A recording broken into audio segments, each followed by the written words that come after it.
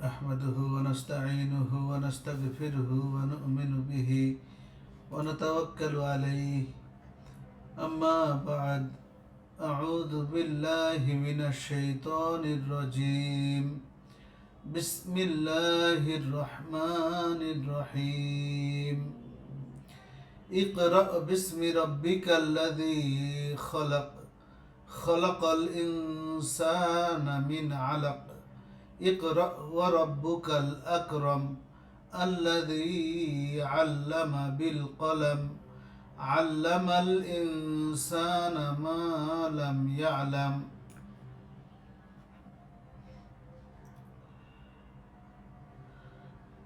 كلا إن الإنسان ليطغى أن رآه استغنى إن إلى ربك الرجعى أرأيت الذي ينهى عبدا إذا صلى أرأيت إن كان على الهدى أو أمر بالتقوى أرأيت إن كذب وتولى ألم يعلم بأن الله يرى كلا لئن لم ينتهي لنسفعا بالناصية ناصية كاذبة ناصية كاذبة خاطئة فليدع النادية سندع الزبانية كلا لا تطع واسجد واقترب آمنت بالله সূরা আল আলাক এর অনুবাদ পড়ছি, সরল অনুবাদ তাফহিমুল কোরআন থেকে। পড়ো হে নবী তোমার রবের নামে, যিনি সৃষ্টি করেছেন জমাট বাঁধা রক্তের দলা থেকে মানুষকে সৃষ্টি করেছেন। পড়ো এবং তোমার রব বড় মেহেরবান, যিনি কলমের সাহায্যে জ্ঞান শিক্ষা দিয়েছেন। মানুষকে এমন জ্ঞান দিয়েছেন যা সে জানত না। কখনোই নয় মানুষ সীমা লঙ্ঘন করে, কারণ সে নিজেকে দেখে অভাব মুক্ত। অথচ নিশ্চিতভাবেই তোমার রবের দিকেই ফিরে আসতে হবে। তুমি কি দেখেছো সেই ব্যক্তিকে যে এক বান্দাকে নিষেধ করে যখন সে নামাজ পড়ে? তুমি কি মনে করো যদি সেই বান্দা সঠিক পথে থাকে অথবা তাকওয়ার নির্দেশ দেয়?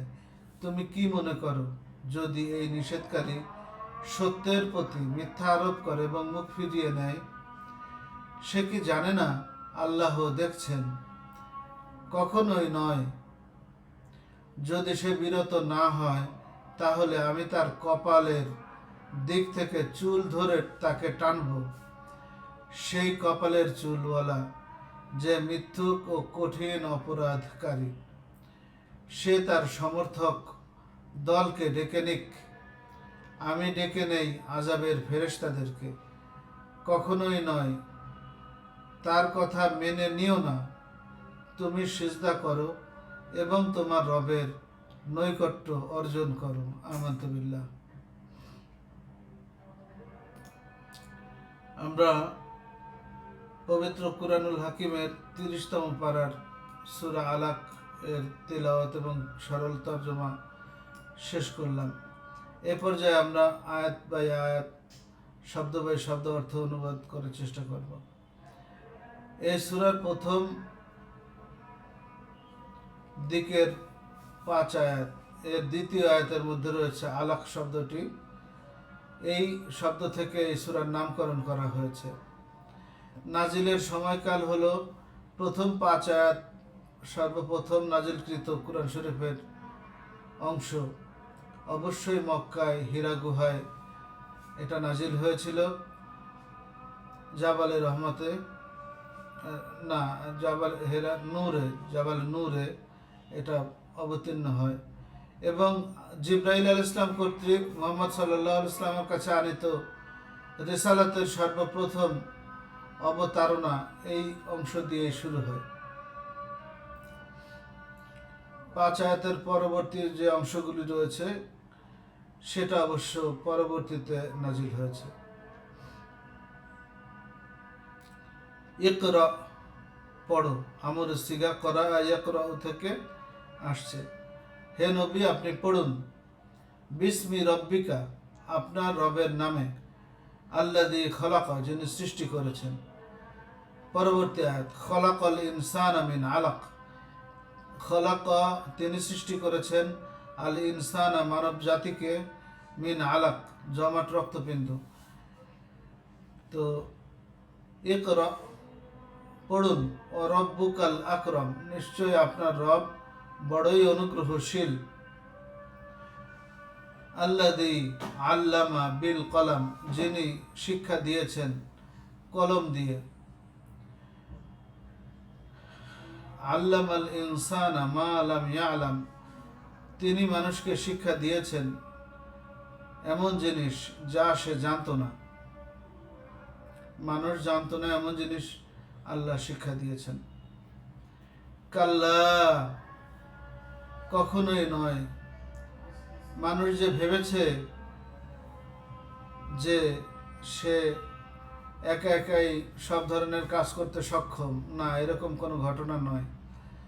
এই কাল্লা প্রথমে দিয়ে পূর্ববর্তী ধারণাগুলোকে রহিতকরণ করা হয়। ইন্নাল ইনসানা লা ইয়াতগা, নিশ্চয়ই মানুষ সীমা লঙ্ঘন করে। কিসের সীমা লঙ্ঘন করে? চিন্তার সীমা লঙ্ঘন করে, কর্মের সীমা লঙ্ঘন করে। কেন করে? পরবর্তী আয়াতে আসছে। আর রাআহু ইস্তাগনা, আন, এজন্য যে, রাআহু, সে তার নিজেকে মনে করে বা দেখে।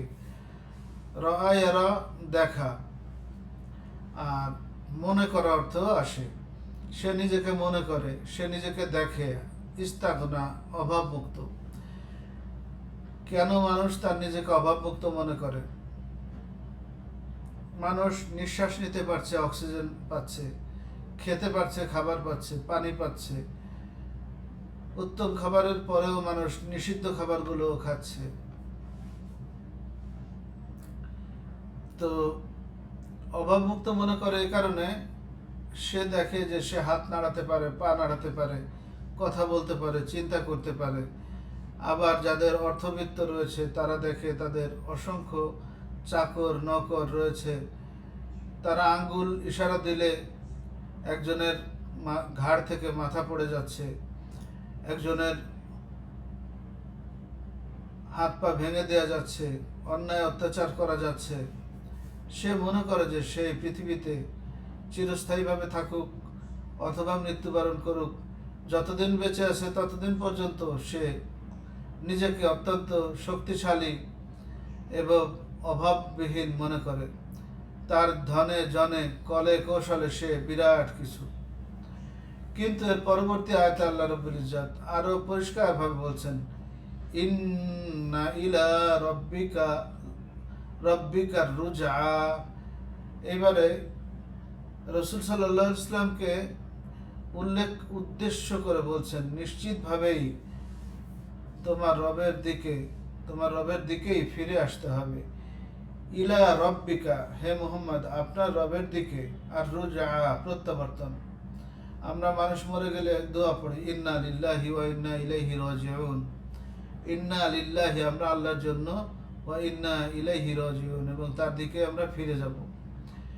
তো আল্লাহ রাব্বুল ইজ্জত এই কয়টি আয়াতের ভিতরে পুরো মানব জাতির চিন্তার জগৎকে ব্যবচ্ছেদ করেছেন। আর আয়াতাল্লাযী ইয়ানহা, এরপরে আরো সুনির্দিষ্টভাবে কোনো একজন ব্যক্তির কথা বলছেন। তুমি কি তাকে দেখেছো?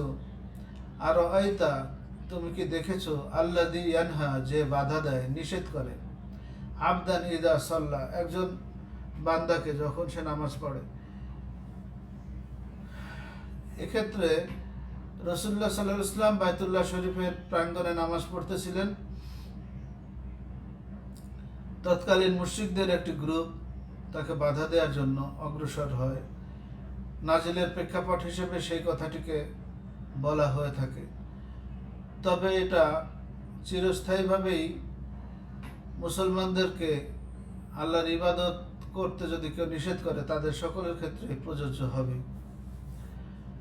আরাআইতা ইন কানা আবদান আরাআইতা ইন কানা আলাল হুদা, তুমি ভেবে দেখেছো কি যদি সে যদি কানা হয় আলা উপর আল হুদা সঠিক জীবন ব্যবস্থা, তুমি কি মনে করো যদি সেই বান্দা সঠিক পথে থাকে আমার বিত তাকওয়া, অথবা সে তাকওয়ার আদেশ দেয়, তাহলে কেমন হতো? অবশ্যই ভালো হতো। যে নামাজ পড়া লোককে বাধা দিচ্ছে সে তো ভালো কাজ করছে না, তার চাইতে যদি সে মানুষকে হেদায়েতের পথে রাখতো, নিজে হেদায়েতের পথে থাকতো, ভালো হতো না? অবশ্যই ভালো হতো। আর আইতা ইন কাযযাবা ওয়া তাওয়াল্লা, আর আইতা আপনি কি দেখেছেন, ইন কাযযাবা যদি সে লোক সে কাযযাবা হলো মিথ্যা প্রতিপন্ন করে, কোরআনকে মিথ্যা বলছে, রিসালাতকে মিথ্যা বলছে, ওয়া তাওয়াল্লা এবং মুখ ফিরিয়ে নিচ্ছে। ওয়াল্লা ইওয়াল্লে মানে পিছনে মুখ ফিরে হেঁটে যাওয়া, পৃষ্ঠ প্রদর্শন করা। তুমি কি মনে করো যদি এই নিষেধকারী সত্যের প্রতি মিথ্যা আরোপ করে এবং মুখ ফিরিয়ে নেয় তখন কেমন হবে? অবশ্যই খারাপ হবে। আলাম ইয়ালাম, সে কি জানে নাই, বি আন্নাল্লাহ ইয়ারা, যে নিশ্চয় আল্লাহ দেখছেন। সে কি করে? বি আন্নাল্লাহ ইয়ারা, আল্লাহ সব কিছুই দেখছেন। সে কি জানে না এটা? সে অবশ্যই জানে আল্লাহ সব কিছু দেখেন, এটা সেও জানে, কিন্তু সে নিজেদের হটকারিতার জন্য, নিজেদের বংশীয় মর্যাদা নষ্ট হয়ে যাবে সেই ভয়তে রিসালাতকে প্রত্যাখ্যান করছে। এরপরে আল্লাহ বলছেন কাল্লা, কখনোই নয়। এই কাল্লা দিয়ে তাদের যে চিন্তা চেতনা আছে সেগুলোকে প্রতিবাদ করা হয়েছে।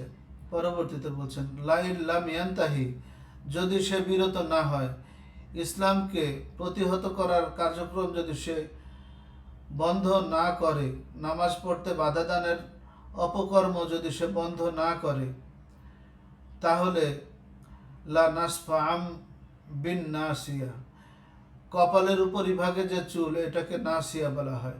এই নাসিয়া, এই সামনের চুল ধরে আমি টানবো।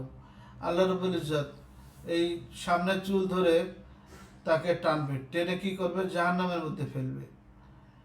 পরবর্তী আয়াত বলছে নাসিয়াতিন কাযিবাতিন খাতিয়া, সামনের চুল মিথ্যুকের, পাপীর, এই পাপী, এই মিথ্যুক, তার সামনের চুল আমি টেনে তাকে জাহান্নামে ফেলব। ফালিয়াদউ নাদিয়া, সে তার দোসরদেরকে ডাকুক, তার যে সমস্ত লোকজন আছে তাদেরকে ডেকে নিয়ে আসুক। সানাদউ জাবানিয়া, আমিও ডাকবো তাড়াতাড়ি। কদ সিন সাউফা, নিকটবর্তী ভবিষ্যৎকে বুঝাইতে এই শব্দগুলো ব্যবহৃত হয়। সানাদউ, দায়াদউ ডাকা থেকে, সানাদউ জমা মুতাকাল্লিম আসিরা, আমরা ডাকবো। আর জাবানিয়া জাহান্নামের প্রহরী, জাহান্নামের প্রহরীদেরকে ডাকবে কেন? যে তোমরা একে ধরো, জাহান্নামের মধ্যে ফেলো। পরবর্তী আয়াত কাল্লা, কখনোই না। লা তুতি, হে মুহাম্মদ সাল্লাল্লাহু আলাইহি ওয়াসাল্লাম আপনি তাদেরকে অনুসরণ করবেন না। অসজুদ ওয়াক্তারিব, বরং আপনি সেজদা করতে থাকুন, নামাজ পড়তে থাকুন এবং আল্লাহর নৈকট্য লাভ করতে থাকুন। এই আয়াতটাকে সেজদার আয়াত বলা হয়। আপনারা একটি সেজদা করে নেবেন, সেজদা করার সুন্নাত, কেউ কেউ ওয়াজিব বলেছেন, তবে সুন্নাত। তো আপনারা সূরা আলাক এর আয়াতগুলি শেষ হলো, সংশ্লিষ্ট আলোচনা একটু করতে হবে। মুহাম্মদ সাল্লাল্লাহু আলাইহি ওয়াসাল্লাম আরবের মক্কার, বর্তমান সৌদি আরবের মক্কা নগরীতে কাবা শরীফের প্রতিবেশী হিসেবে তৎকালীন সময়ে দায়িত্বপ্রাপ্ত আব্দুল মুত্তালিবের ছেলে আবদুল্লাহর ঔরসে জন্মগ্রহণ করেন এবং তিনি জন্মগ্রহণ করার 40 বছর তাদের মাঝখানেই তিনি ছিলেন, তাদের মাঝখানেই তিনি লালিত পালিত হয়েছেন এবং তারা সবাই আল্লাহ রসুলকে অত্যন্ত ভদ্র মানুষ, ভালো মানুষ হিসেবে চিনত। দেশ এবং জাতির খেদমতের জন্য তিনি যথেষ্ট চেষ্টা করেছেন, সাধনা করেছেন। পরবর্তীতে তিনি রাসূলুল্লাহ সাল্লাল্লাহু আলাইহি ওয়াসাল্লামের রিসালাতের পূর্ববর্তী কিছুদিন তিনি স্বপ্নযোগে বিভিন্ন কিছু দেখতে থাকলেন, এবং তিনি যাই দেখেন দিনের আলোকের মতন পরিষ্কার পরিচ্ছন্নভাবে তিনি দেখেন এগুলো সবই ঘটে যায়।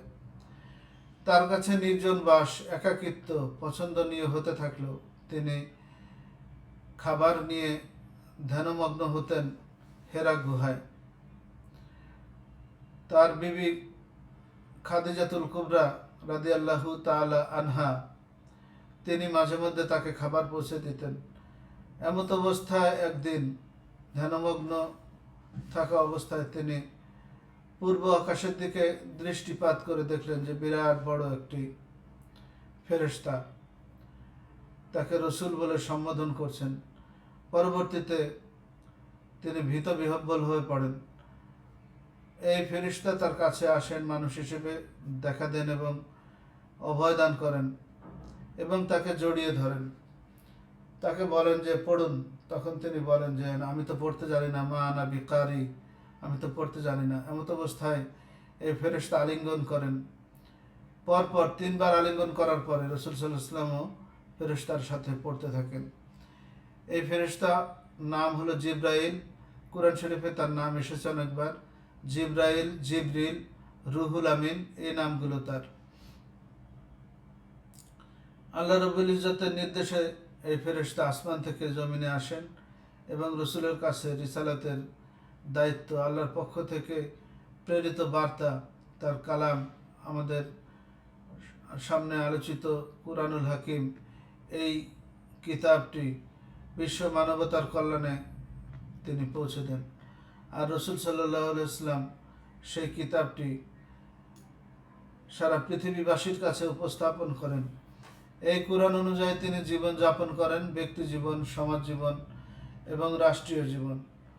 তার রাষ্ট্রীয় জীবন পরিচালনার 23 বছরে তিনি মদিনা শরীফে গমন করেন। সেখান থেকে পরবর্তীতে মক্কা বিজয় করেন।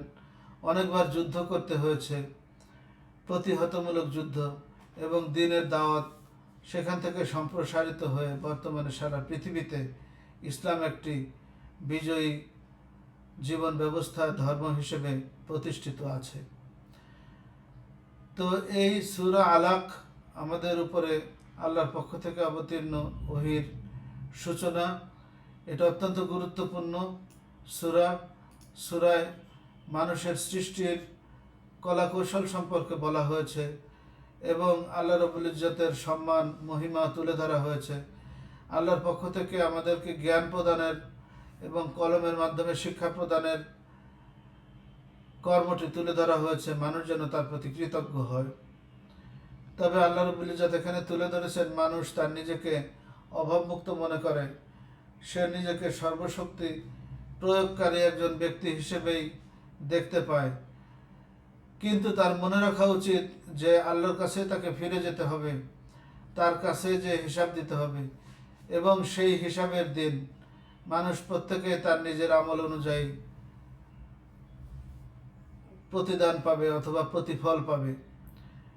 তো রাসূল সাল্লাল্লাহু আলাইহি ওয়াসাল্লাম নামাজ পড়তে কাবার দিকে যাইতেন।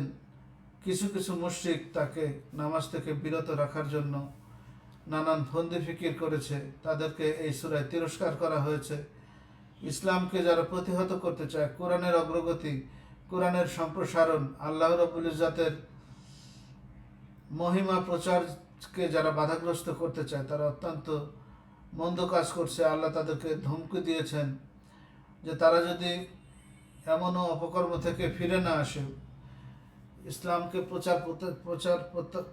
প্রচার এবং প্রতিষ্ঠার পথে বাধা দান করে, তাহলে তাদের কপালের ঝুঁটি ধরে জাহান্নামের ফেরেশতাদেরকে আমি ডাকব। তারা তাদের পরিচিত লোকদেরকে ডেকে আনুক, আর আমিও ফেরেশতাদেরকে ডাকবো এবং তাদেরকে জাহান্নামে ফেলে দিব।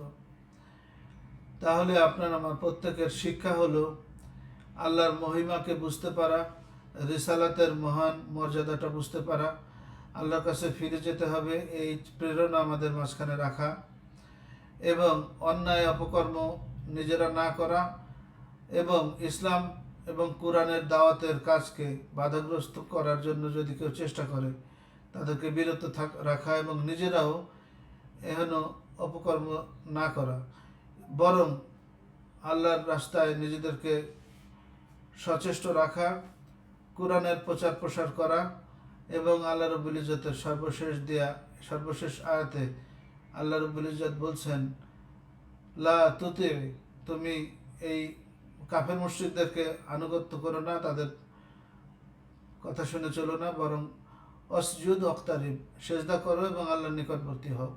তাহলে একজন সচেতন মুমিন মুসলমান হিসেবে আমাদের অবশ্যই সেজদা করা উচিত, নামাজ পড়া উচিত এবং আল্লাহর নৈকট্য লাভ করা উচিত। একটি সেজদা না দেওয়ার কারণে শয়তান যেরকম শয়তান হয়েছে, ঠিক একইভাবে সারা পৃথিবীতে মানুষ এখন নামাজ পড়ে, সেজদা করে আল্লাহকে। হাসরের মাঠে তারা হাসতে হাসতে বেহেশতে যাবে, আর চির অকৃতজ্ঞ শয়তান সে কপাল চাপড়াতে চাপড়াতে জাহান্নামে যাবে এবং আফসোস করে মরবে। বনি আদম হওয়ার এই সুসংবাদ, এই মহা সুযোগ আমরা পেয়েছি। আল্লাহ আমাদেরকে আমাদের ইমানের উপরে চলার তৌফিক দান করুন, আমিন। ওয়া আখির দাওয়ানা আনিল হামদুলিল্লাহি রাব্বিল আলামিন। সম্মানিত দর্শক শ্রোতা, আমরা এই চ্যানেলে কোরআনের তাফসির এবং দর্স দেওয়ার চেষ্টা করছি। আপনারা প্রত্যেকেই চেষ্টা করবেন আপনাদের মতামত কমেন্টে জানাতে, ভালো মন্দ সব কিছু জানানোর চেষ্টা করবেন। পাশাপাশি লাইক কমেন্ট শেয়ার করবেন, সাবস্ক্রাইব করবেন। আপনার মাধ্যমে যদি একজন দুজন লোক কোরআনের দর্স শোনে, দাওয়াত পায়, তাফসির শোনে, তাহলে আপনি সওয়াব পাবেন। আল্লাহ আমাদের সবাইকে এই কোরআনের প্রচার প্রসারের প্রচেষ্টায় সামিল হওয়া তৌফিক দান করুন এবং সদকায়ে জারিয়ার অংশ নেওয়ার সুযোগ করে দিন, আমিন। আসসালামু আলাইকুম ওয়া রাহমাতুল্লাহি ওয়া বারাকাতুহু।